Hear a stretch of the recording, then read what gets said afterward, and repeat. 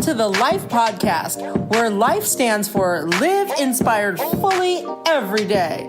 Join our host, world-class speaker, executive coach, and leadership strategist, Anissa Rashad.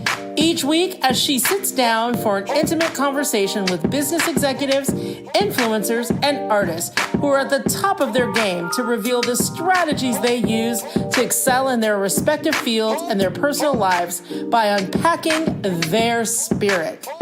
Each episode is guaranteed to help you lift a load, tackle a problem, gain a new perspective, while having a laugh in the process. Now here's your host, Anissa Rashad.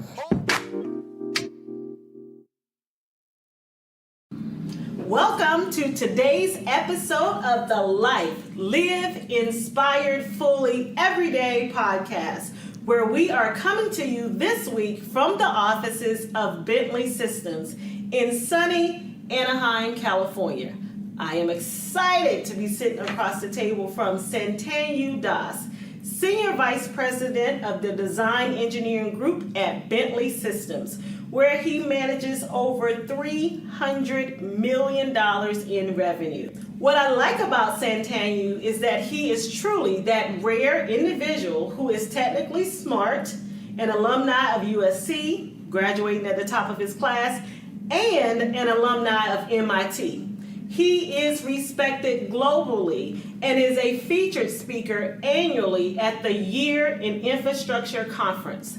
Santanu is on the cutting edge of shaping what's possible in infrastructure and design and can be accurately described as the Steve Jobs of infrastructure. Santanu, welcome to Live. Thank you so much. What an introduction, man. That was phenomenal. All right. Well, we are excited to have you on our show today. And I love that you do big things in the world. And I'm going to have you break that down into simplify it so that regular folks can understand it. So I'm just going to have you start with saying, tell us a little bit about what you do.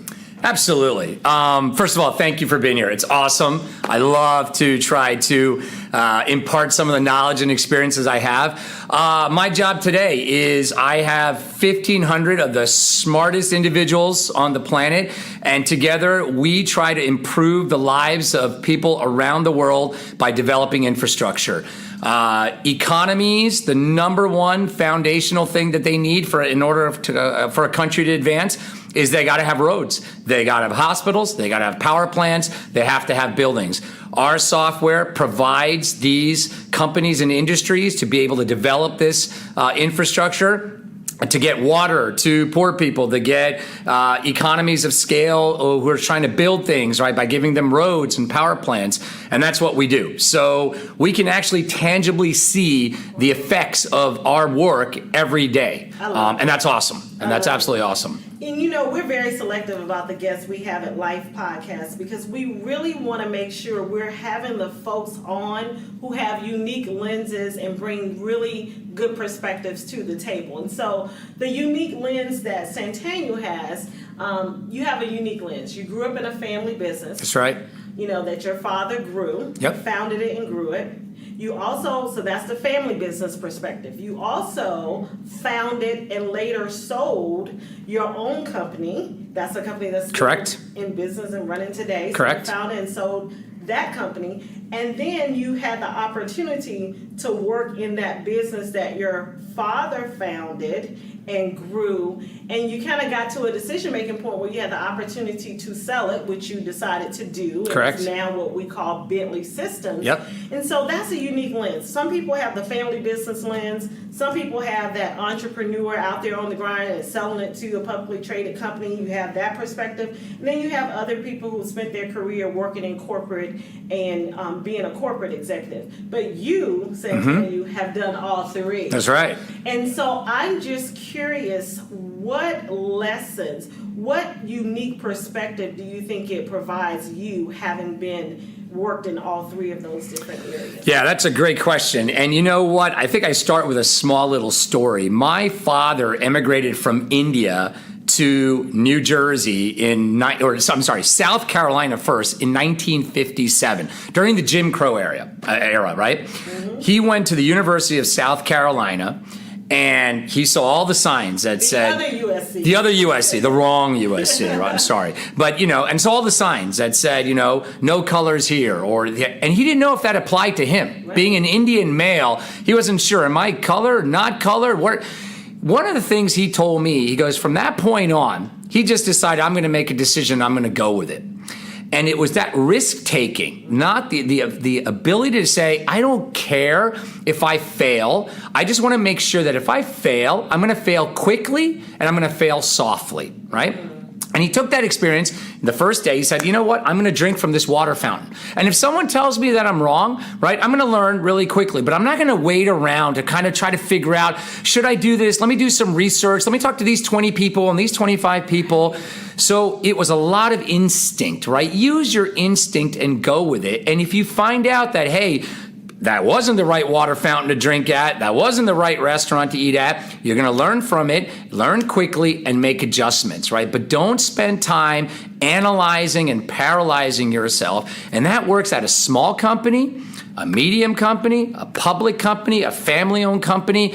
Take that risk, learn from it, act quickly, and know exactly when you are succeeding or when to put that emergency brake down. And I think that one life lesson is something I carry with me no matter where I go, right? And that's like the fundamental, right, of where I build everything from. I love it. That's a great insight. I'm also curious, so having your father's company, working in tell us a little bit about the early days. I tell you, the early days when I first said I was 14 and I said, Dad, I'm going to go get a job. He goes, no, I got a job for you. And it was a small company. I'm talking 10 people, maybe 12 people at the most. And I thought, this is awesome. I'm going to get to work with engineers. I'm going to be doing some programming. No. I got there, I got a plunger, I got an apron, and I was told to clean the bathrooms, to vacuum, and to take out the trash.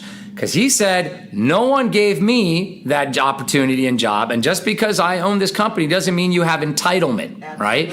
And I love that. So I hated what I did, but it taught me hard work. And then after about 6 months, he said, you know what?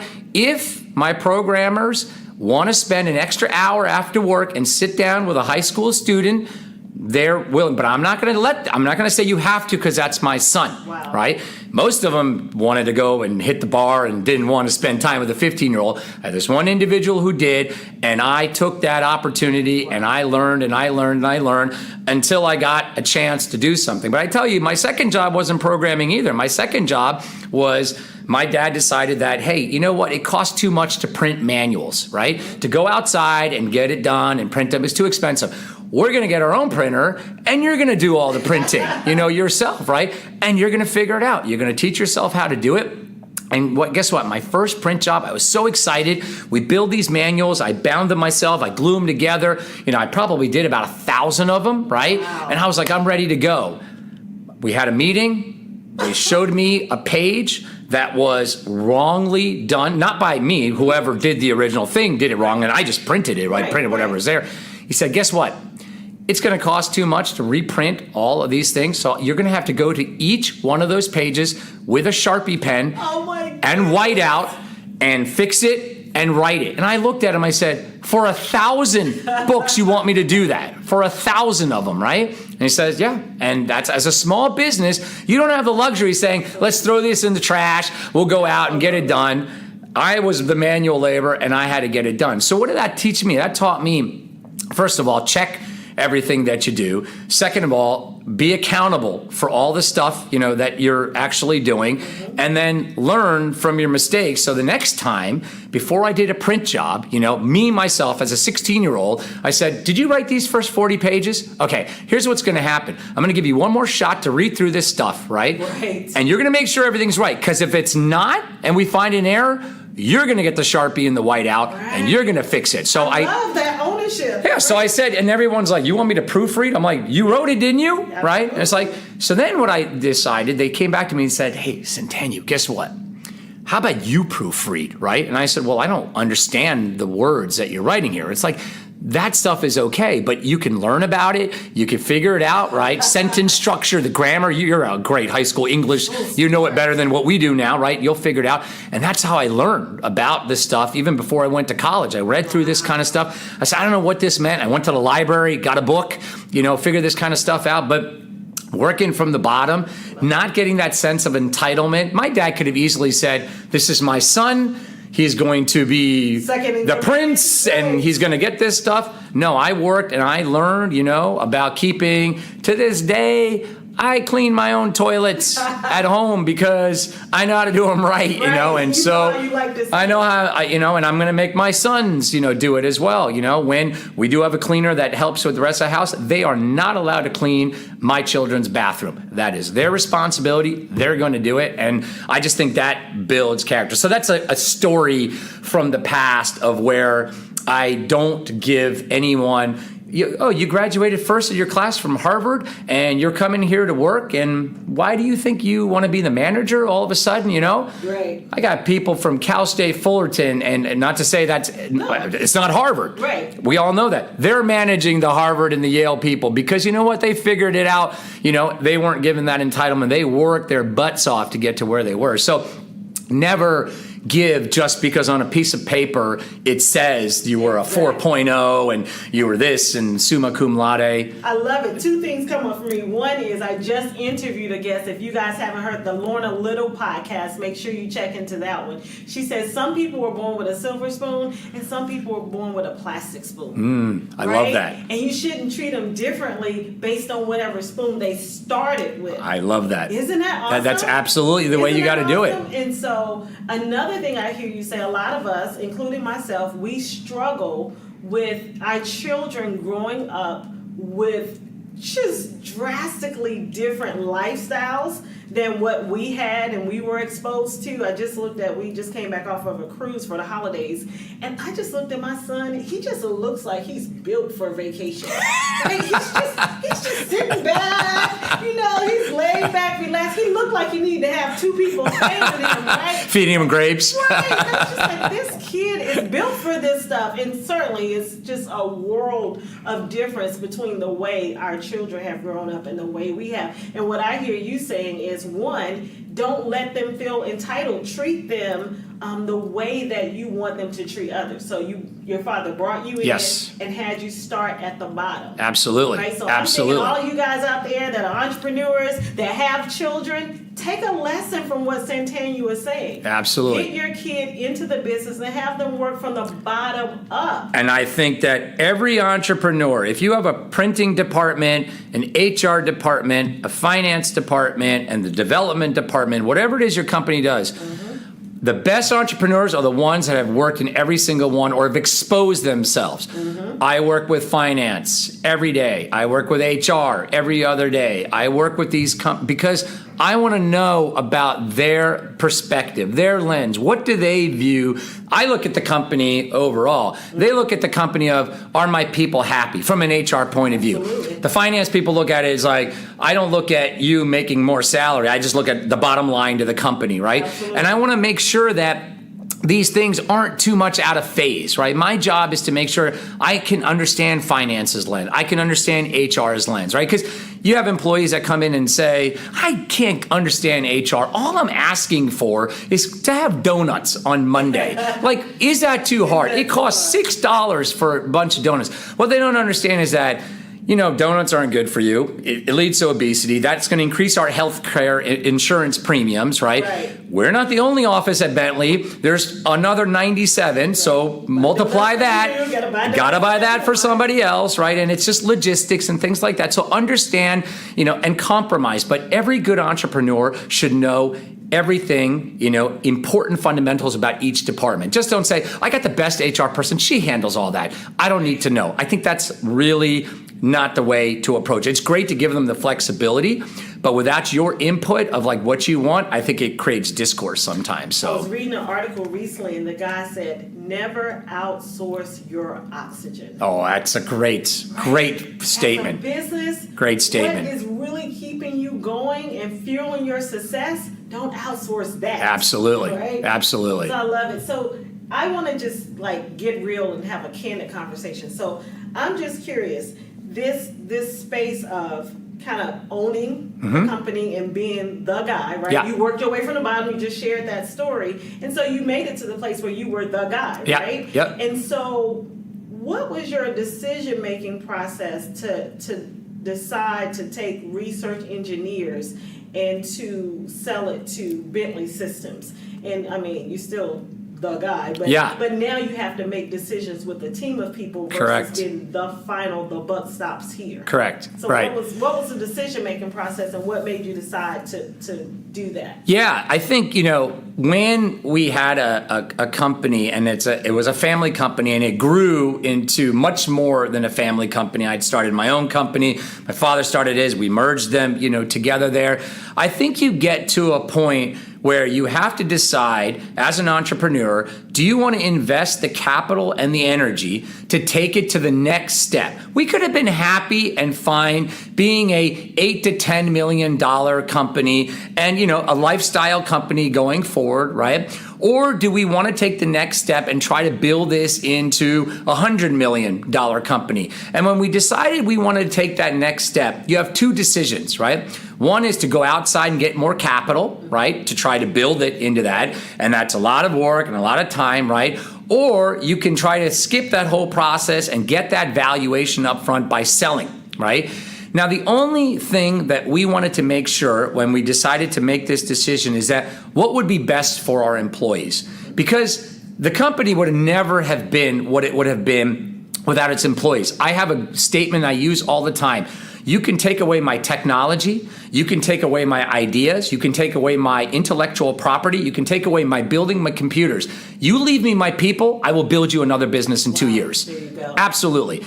It's the people. It's all about the people. You got to pick the right people. That is the capital that is way more important than anything else. So when we decided that, yes, we can finance and get money, but if we did that, we would lose complete control of the company because the investors would want 25%. And then they're going to say, nah, we don't like that decision. We'd rather you cut these people over here, ship these jobs to India or China because we want the bottom line. We want the bottom line. They're investors. They want their money back. We get it.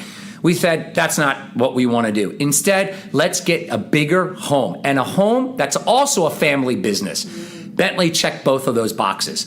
They were huge into infrastructure, and they were owned by 4 brothers. Wow. So we thought, perfect home. They're going to give us the financing, the capital, the expansion to grow. We thought it was a perfect fit. We didn't have to kill ourselves to get there, and it was the perfect match. So I think as a decision for any entrepreneur, when you want to know, should I sell now or should I reinvest and kind of grow, going further, I think you just have to ask yourself, which one is going to be less upsetting to your human resource base, right? Understand that first, because if you're going to borrow money, they're going to put their hands in your pockets and kind of say, yeah, I was looking at your head of HR. Don't really like him or her.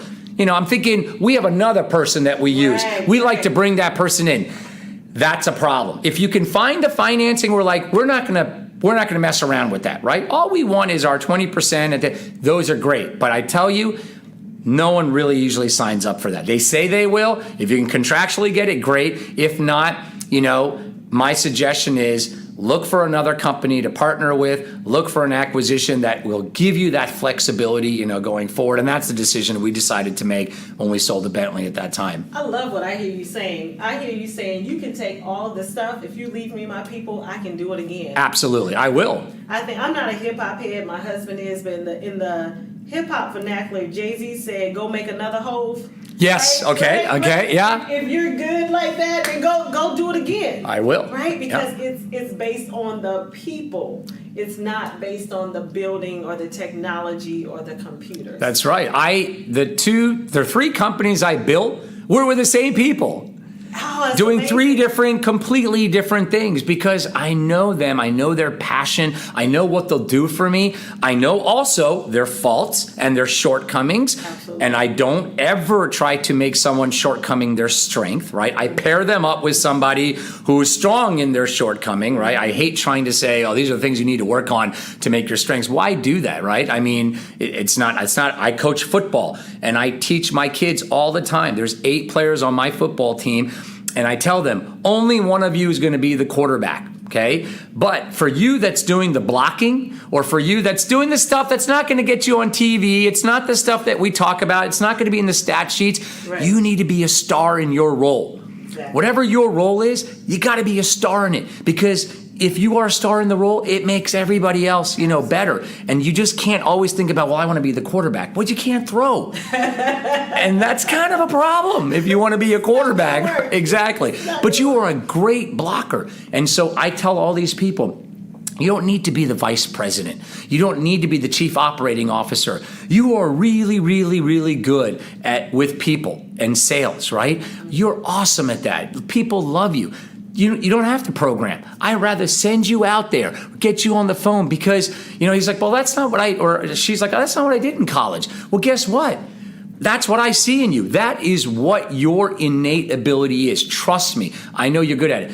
This person that is now at Bentley, she's like Bentley's lead salesperson. Yeah. Wow. And that's not what she went to school for. And she thanks me every year. She gives me a Christmas gift saying, I would have never thought that's what I was put on this planet, to do. Right. And I'm just, if the people are so important, you got to take care of the people, And sometimes when you're a person working inside of an organization, your leaders around you can see things in you that you don't often see in yourself. Absolutely. So you have to trust yourself that you're able to take that next step or to that next role. It may be a more senior position or maybe doing something that's in a different skill set than what you were trained in. But if they see it in you, that's an opportunity for you to grow in a different area. Absolutely. And don't be afraid to I think people sometimes, their aspirations are like, well, I guess the definition of success is if I'm the CEO, right? But I always tell people, if you could be the best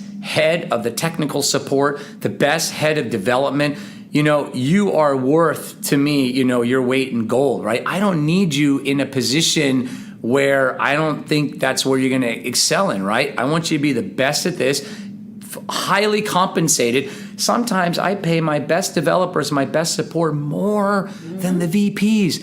And the VPs don't know. The managers don't know because they are so valuable in that role. And I know the only reason they want to be a VP is because they want the money. Right. And if I can take that out of the picture and let them be happy in the role that they have and be happy at home, at home, so the wife or the husband doesn't say, isn't it time for you to be a VP and get that real money? Exactly. Well, I'm making more than the VP does. If you can kind of work it that way, which we do, and it's hard because you got to hide compensation from people, right? No manager wants to say, why is my own person making twice more than so shouldn't I be making that kind of? No, you're good at like kind of controlling things and giving me an update, and so that's where you're at. But this person is so valuable. I don't want them thinking about career aspirations. I want them concentrating. They love what they do. Highly compensate them for this. So when they look around, there's no other job out there that's going to do that for them. And they're happy to where they were. I think you just it's always money, motivation, and mobility. There's just 3 M's that people always are looking for. Absolutely. And motivation is easy. Mobility is something that, can do. Money, just take it out of the picture, right? Just and take it so off the table. take it off the table, right? So that's one of the things when I talked earlier when we were opening the session, talking about the fact that not only are you technically savvy, but you are very much business savvy, because that decision to take compensation off the table, that's how you're able to keep those same individuals through 3 different organizations over all of these years, because they understand that you see what they're bringing into the table. Absolutely. You see their value, and then you're also willing to compensate them. Absolutely. That's a winning combination. Absolutely. Because all I want them focusing on is making our users happy, making the best infrastructure in the world. I want them to be proud and say, see that building there?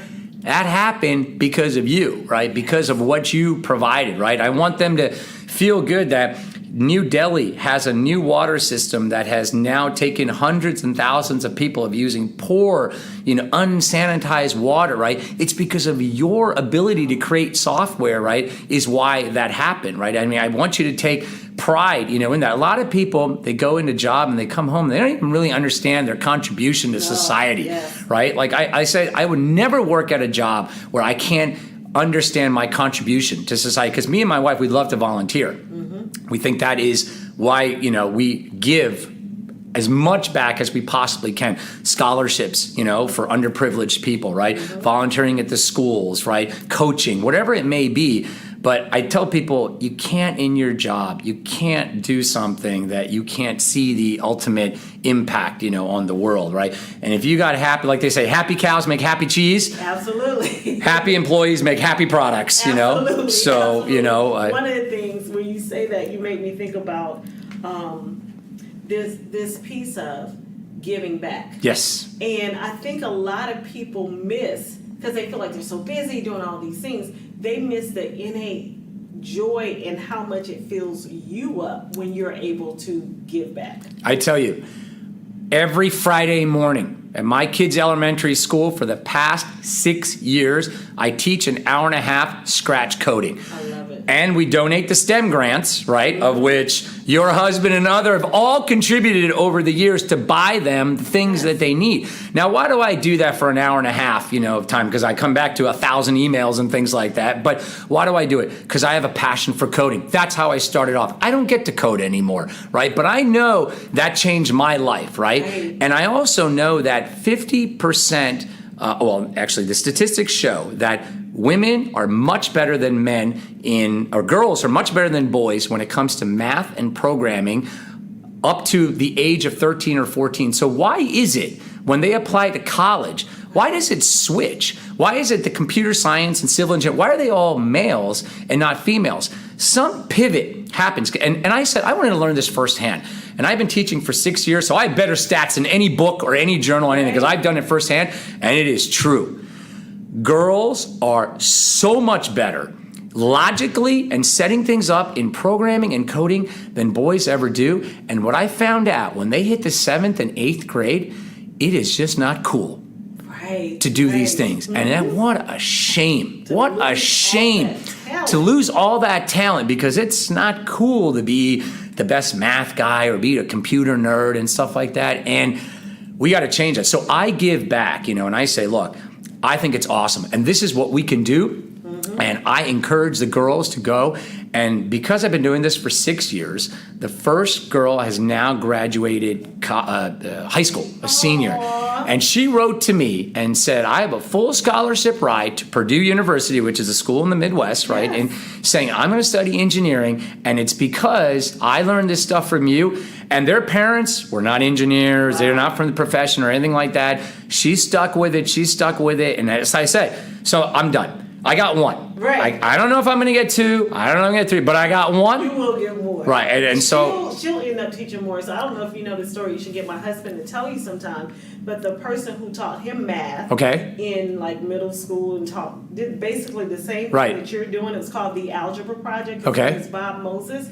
He has it's like a whole group of them who all became engineers or computer scientists who are all technically employed right now because he taught them math when they were in the 7th and the 8th grade back in Cambridge. I think that is key. And when you're running a company and you're an entrepreneur, you got to know how to give back. I think if it's not, then you're doing it for the wrong reasons. You're doing business. And I'm not saying it's wrong. I should maybe take that back. But you're doing it for your own personal gain and reputation and wealth and things like that. For me, I want to see society get better with better infrastructure, and I have the tools to help them do it.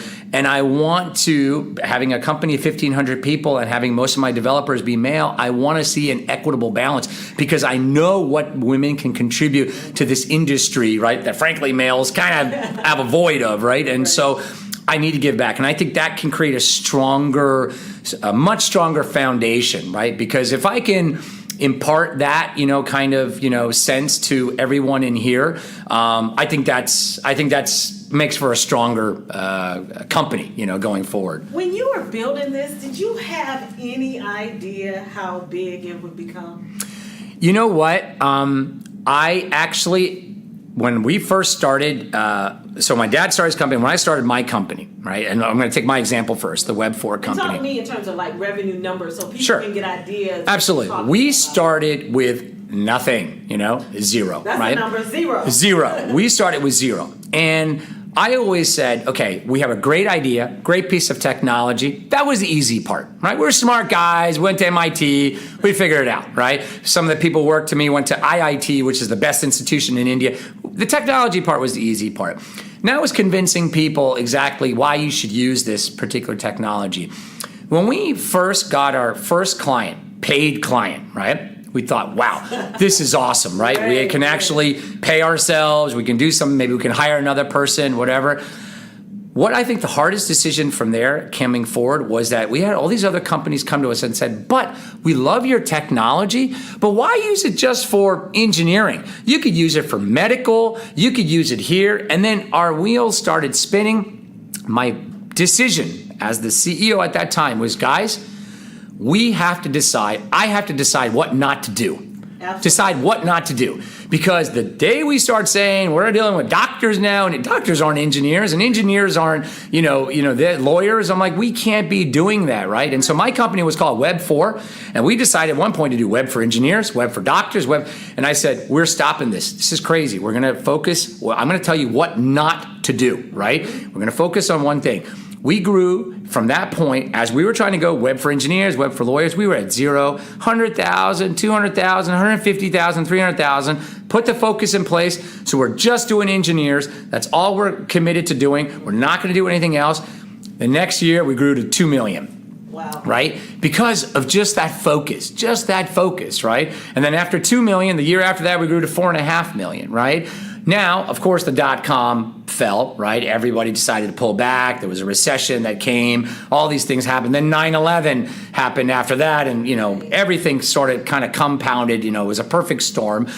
We decided that time, hey, we can keep trying to bump along and go up this hockey stick, or we can decide to sell, cash out. What do you guys think, right? And at that time, I thought it was a good idea to sell. There was a healthcare company who thought, we love your application for the healthcare thing that I didn't want to do. I wanted to compensate on engineers, but they were willing to pay good money. And yeah, we sold the company for close to $9 million, dollars, right?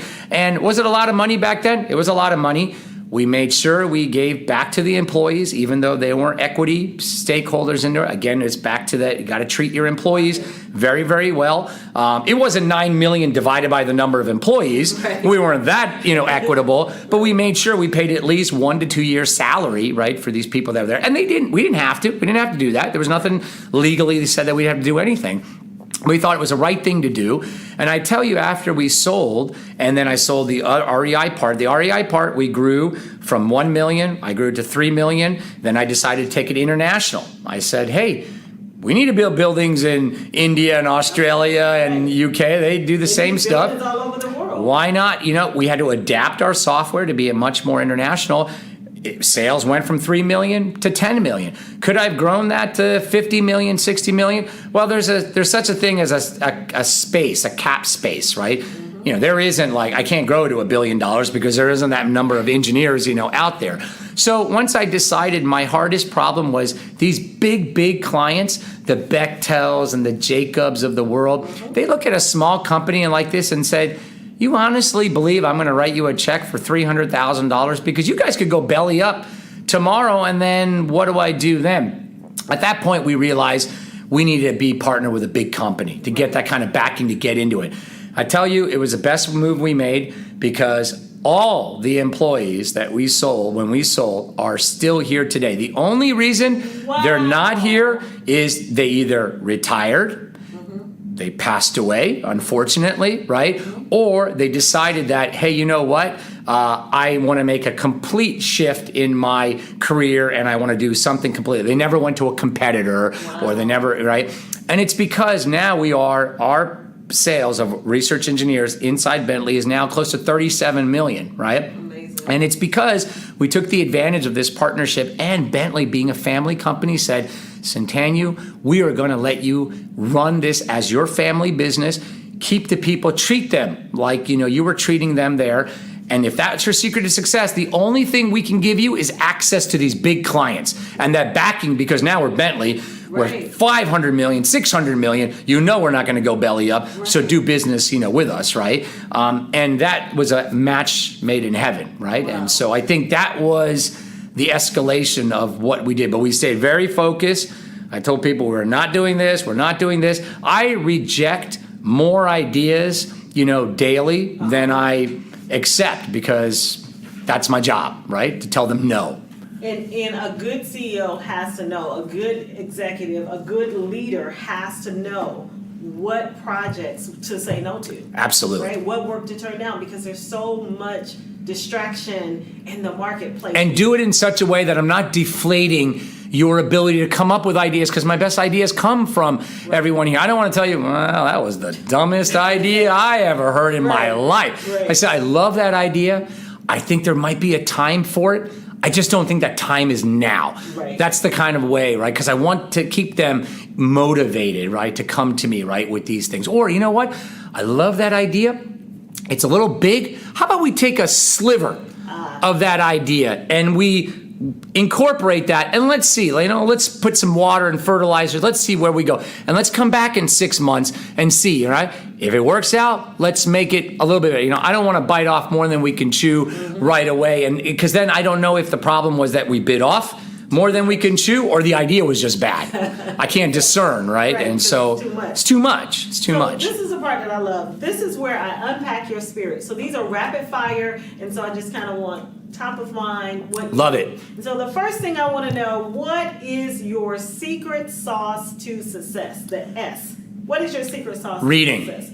Reading. Every morning, reading. Every morning you read. Wall Street Journal, Economist, The Onion, The Guardian, all different sources. Got to read, got to know what's going on in the world. Absolutely. Principles. What principle has served you well as a leader? Open communication. Never, ever sugarcoat anything. Tell it as it is. People respect you. Love it. For the I is inspiration. We all get tired, so where do you go to recharge? I tell you, my inspiration is my wife, right? Because she gave up her Kelly. She gave up her career. She is an MBA, an engineer herself, to take care of the kids, right? And to say, you know what, since we have that ability, the luxury for something, I'm going to volunteer and spend time with the kids and do all the activities, be the mom, the soccer mom, and all this kind of stuff. She's my inspiration. Absolutely drives me to do what I do. Love it. Rituals. What morning routines or rituals do you practice consistently that contribute to you being able to attain the level of success that you have? So other than the reading, what I do every single morning is I spend 30 minutes with my kids and I ask them, before you go to school today, what's one thing you can actually do better? And it sounds weird, but when you listen from a kid's perspective of how they think they can change things, right? You look at them and say, I could do that, right? I can be nicer. I could be more tolerant, right? I could, eat better, like don't bring the Cheetos to things like that. You know what? This week, I'm going to bring nuts to school for my snack. You know what? And I go to work and I'm thinking, you know what? I don't need that hamburger, right? So you can translate it to your thing, but I listen to my kids and I said, I can do those things, right? We forget. In the mornings, when I take my son to school, we do our gratitudes and we say our morning prayers. But one of the things we do is we talk about what our big rocks are for the day, which is our priorities. Yes. We've literally been doing this since kindergarten. My son's in high school now. And so when he was in elementary school, his big rocks would be things like, I want to feel loved today. That's awesome. Yes. Thinking like, oh my God, I'm going to do that. Yeah, exactly. So why can't we? I mean, we need it's not like, we're going to give everyone a kiss on the cheek. We have a little bit different, but why not use that, and say like I remember before Christmas break, one of my kids said that, hey, listen, you know what? All this Trump stuff going on, there's a lot of divisiveness at our school. Like people are like picking sides and stuff like that. And I want to do something. He's a part of this ambassadors program. I want to do something to kind of like, forget about all this and let's talk about things that we have in common. We have more in common than we don't have, in uncommon, right? And so I thought about that a little bit. I said, I can do that because how do I translate that? We have 4 groups at Bentley. You mentioned design engineering. And yes, we are the biggest group. We have 3 other groups, as well. And I thought to myself, you know what? I'm always siloing myself. Like I only think about my priorities, right? Design engineering. Grow this line of business. Exactly, right? But I thought to myself, you know what? Others can use my help, my ideas. And so I picked up the phone and I said, guys, you know what? Let's talk and share some ideas, right? I've been doing this and I've been hearing about this kind of stuff. Why don't we stop talking about, the differences, right? And start talking about the commonalities. But kids sometimes have the uncanny ability to look at things in such a wholesome. I know another funny story. There's a wheelbarrow thing. I don't know if you ever heard about this, right? Somebody comes in and draws on a board, right? The most oddest wheelbarrow, right? It just doesn't even look like a wheelbarrow, right? And he says, I patent this new wheelbarrow. Right, and you look at it, you said, "Wow, that patent officer must have fell asleep." But it was long this way, short handle. Its wheel was all messed up.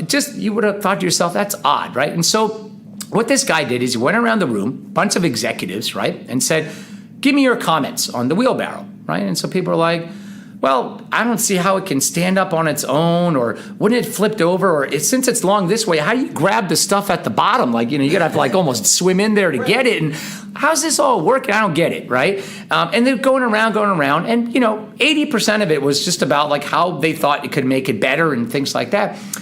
Then the guy came back and said, okay, I want to share you some results, right? Here's a group of people that said 80, like you guys, 80%, said that, could have fixed this, the wheel could have been better and stuff like that.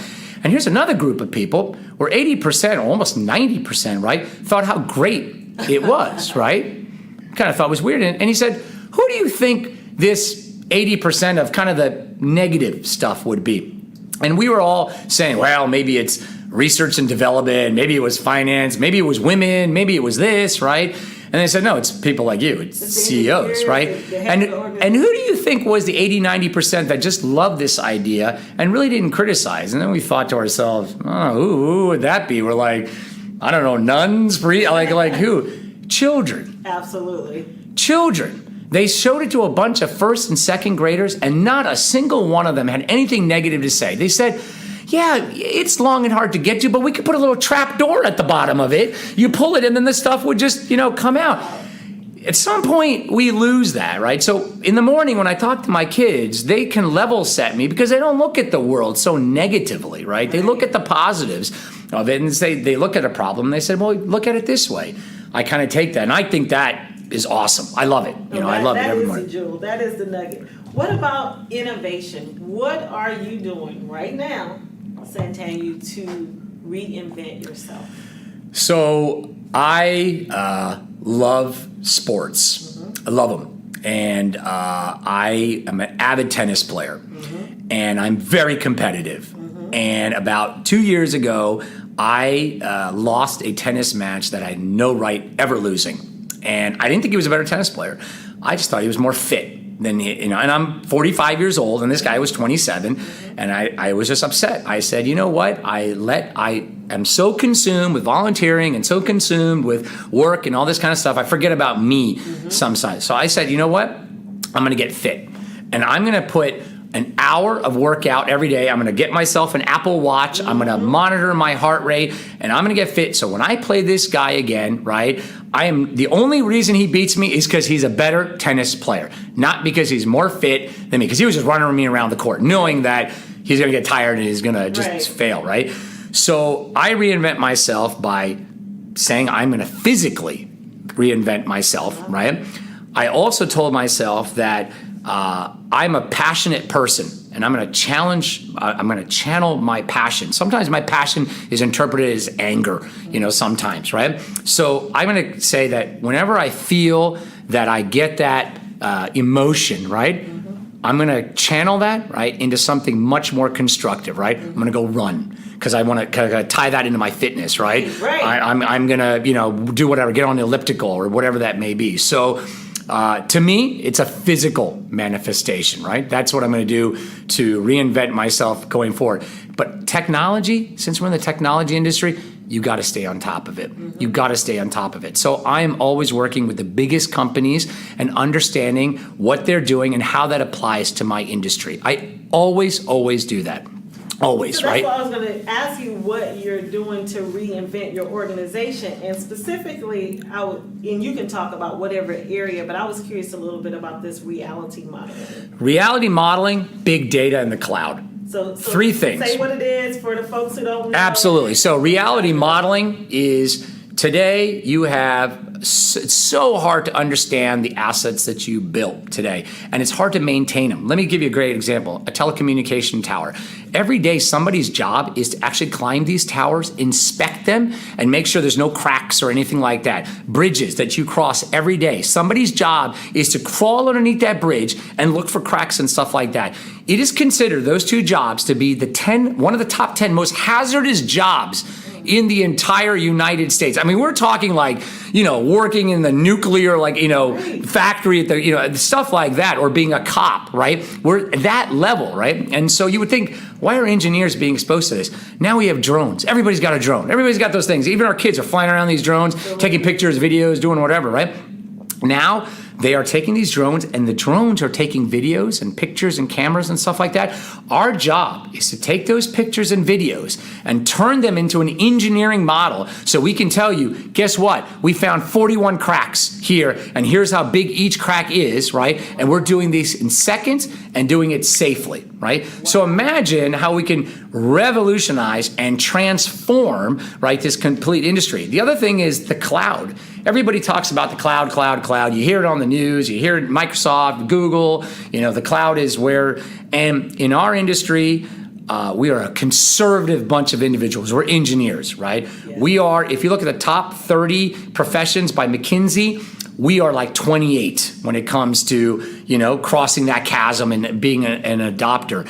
So engineers have proprietary data. I am building a missile silo for the defense, right? I cannot have those drawings or that model get out. I must protect this information. I cannot put it on the cloud. I put it on the cloud, everybody might see it, right? We have to tell them, and when I start off every conversation, I say, how many of you guys use Yahoo Mail? How many of you guys use Dropbox? How many of you guys use Office 365, right? Everybody raises their hand. And I said, well, how many of you guys use this for work? They all look at each other, of course we do. We raise our hand. I go, guess what? You're all cloud users today. You put it on Dropbox, it's in the cloud. You're using Office 365, it's going through all these servers. So what we're trying to tell people, the cloud can make computations faster. Building buildings before, you were limited, on how much time you could spend on figuring out what is the exact optimal position of the building, such that if the wind hit it or the sun hit it, you wouldn't have to heat up the building and stuff. Now I can run thousands, millions of those computations in fractions of a second to get you a better building, right? Without having you have to spend that kind of time. That can be done on the cloud. My job is to explain to these engineers, who some of them are long in the tooth, to say, you gotta take this next step forward, right? So that's huge. It's huge for us. So if you recall me saying earlier, he is at the cutting edge of what's possible in the world of infrastructure and design. I can't let him get too deep into it because he'll lose you guys. He gets so excited. And so I love how he just really broke that down for us. And the T, the last part of Spirit is the T. So give me 3 tools that you use to make your life work.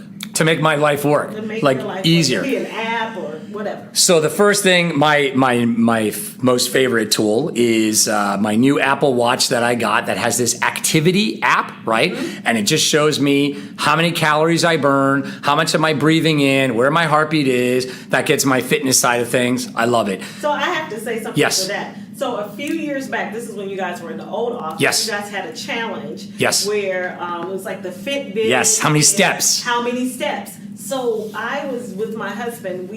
My husband worked for Bentley System. He works for Santana. Yes. And we started doing it as a result of that. And from doing that, I now have an Apple Watch. I do 15,000 steps every day. Awesome. Right. And it all started back been When you- that challenge. I remember one day it was like, we only have this many steps. After dinner, we like went and did a few laps around the neighborhood to get our steps up for the day. And it just started that lifestyle for us just by the company having those Fitbits. I think one of the things I want to do actually is get every single one in my group, maybe not an Apple Watch, but something like a Fitbit, so they can actually do this and then I want us to join the same community so we can all, because I think one of the things that pushes you is these reports that you get that says, hey, did you know that everybody in your group is 500 steps ahead of you? And you're kind of like, I'm going to fix that right now. I'm going to get outside and do it. So that's one big thing.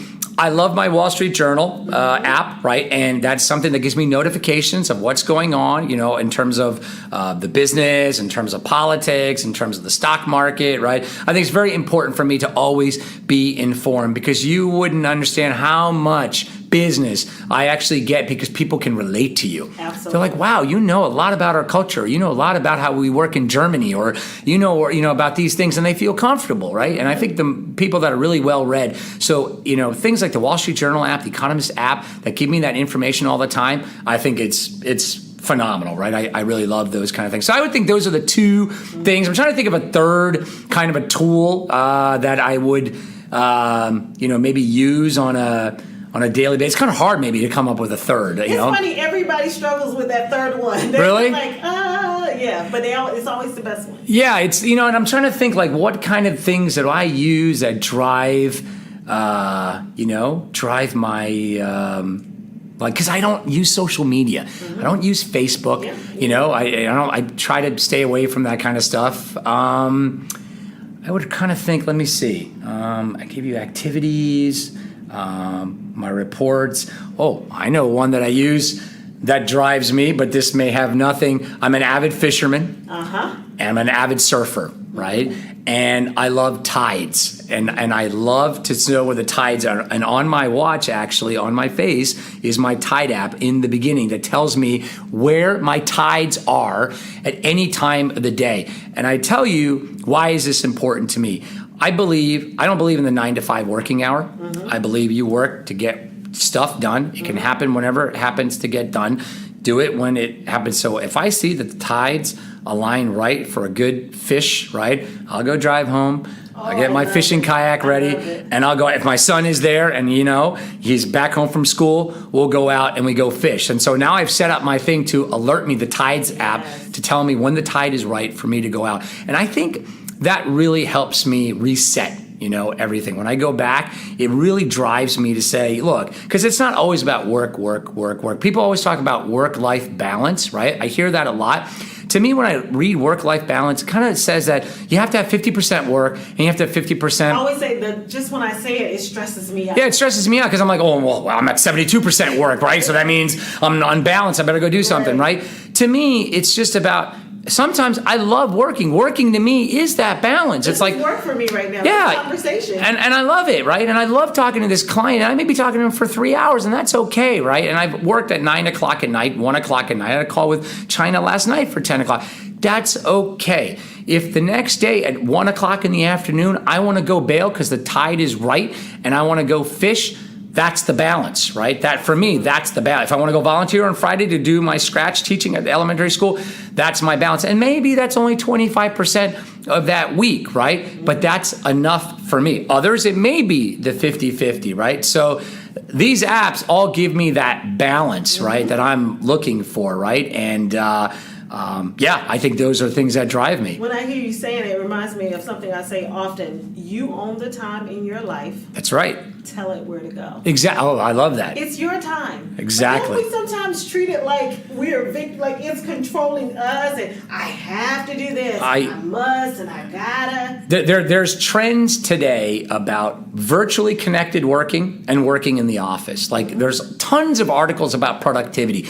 Are you more productive if I got to go to work 45 minutes in traffic, and then whatever, do your work, and then come back 45 minutes, right? Which means you have to leave the house an hour earlier or something like that. Are you more productive being in the office with all the other colleagues, or are you more productive taking that stuff out, working at home, right, on your own hours, doing whatever like that? And there's been a lot of studies and things like that. We are a very virtually connected company.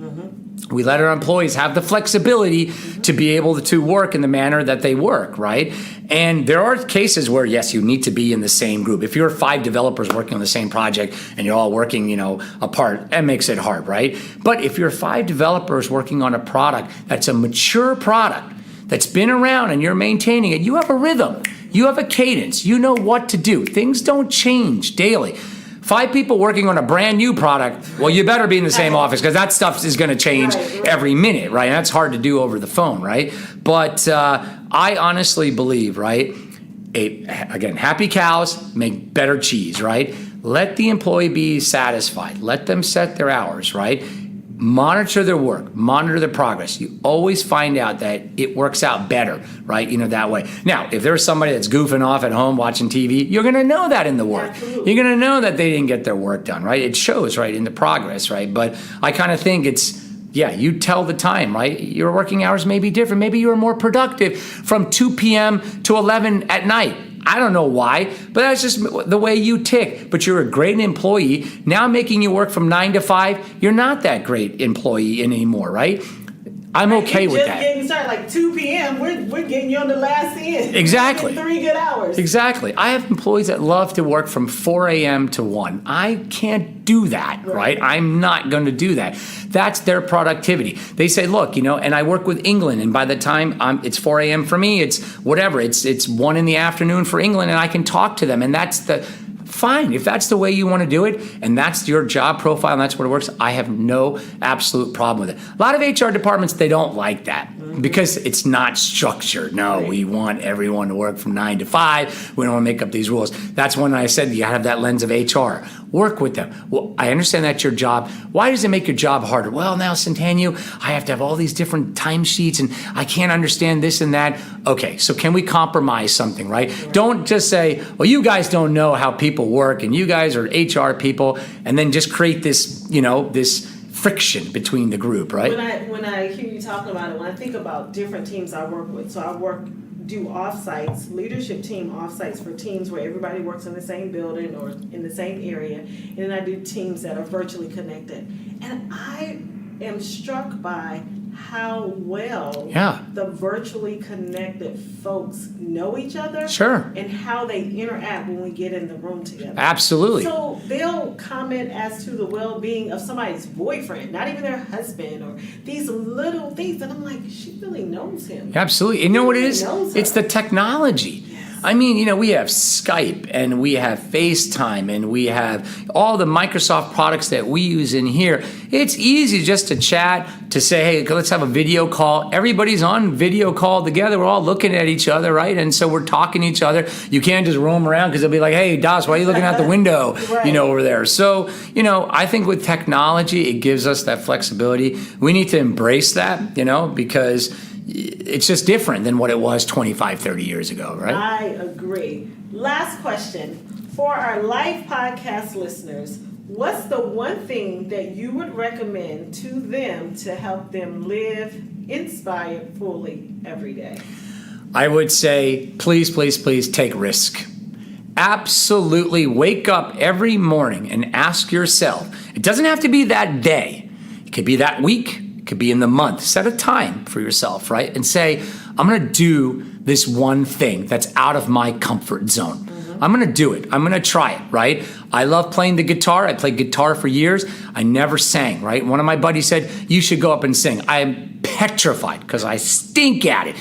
I could karaoke, but I'm not going to go up and do it, right? And I said to myself, okay, but I just think everyone should find one thing. It could be business related. It could be like, for example, some of these people that we have in here, they said, I want to try a chance at developing, but I've never developed before. Well, here's what I want you to do. Write 50 lines of code that do the most simplest thing, right? Go buy a book, go read about it, go figure it out, and then talk to your boss about it and say, look, what do you think about this, right? Is this something that I can build upon, right? Take that risk, right? Only thing that people sometimes forget is they take that risk and they kind of carry it a little bit on. It's too long, and then it just gets really muddled. They put a lot of money behind it, a lot of time behind it. They didn't know when to stop, right? Ask yourself one thing that you want to do. It's risk, something different, out of your comfort zone, and do it and measure it, right? I think it just makes you a better, and it completely changes your outlook on things, makes you a stronger person, a confident person. I think it just makes better people. There you have it. We've been sitting here in an amazing conversation with Santanu Das. He has talked about the importance of taking risks. He's talked to us about what it's like to be inside of a family business and then go to work inside of a corporation. He's just left us one nugget after the other about how you raise your children to not be entitled. He's taken us on a great journey. So I've thoroughly enjoyed this conversation. Thank you. On the behalf of all of our listeners, I want to thank you for being a part of the Life Podcast. Thank you so much. I appreciate it. Very, very inspirational. Can't wait to listen to all the other podcasts that you have on here. Great information. Thank you so much. As always, we thank you for taking the time to listen to the Life, Live Inspired Fully Every Day podcast. If you enjoyed the show, by all means, subscribe. While you're at it, do your friends, colleagues, and family a favor and share. There are thousands of podcasts available in iTunes, so help others to make the same choice you did by leaving a review. We love to hear from you, so leave us a question and maybe we'll select your question to answer on our next episode. The show notes that list all of the books, tweetables, and companies we referenced are all available at lifebyanisa.com. Until next week, I am Anisa Rashad, executive coach and leadership strategist, challenging you to live inspired fully every day.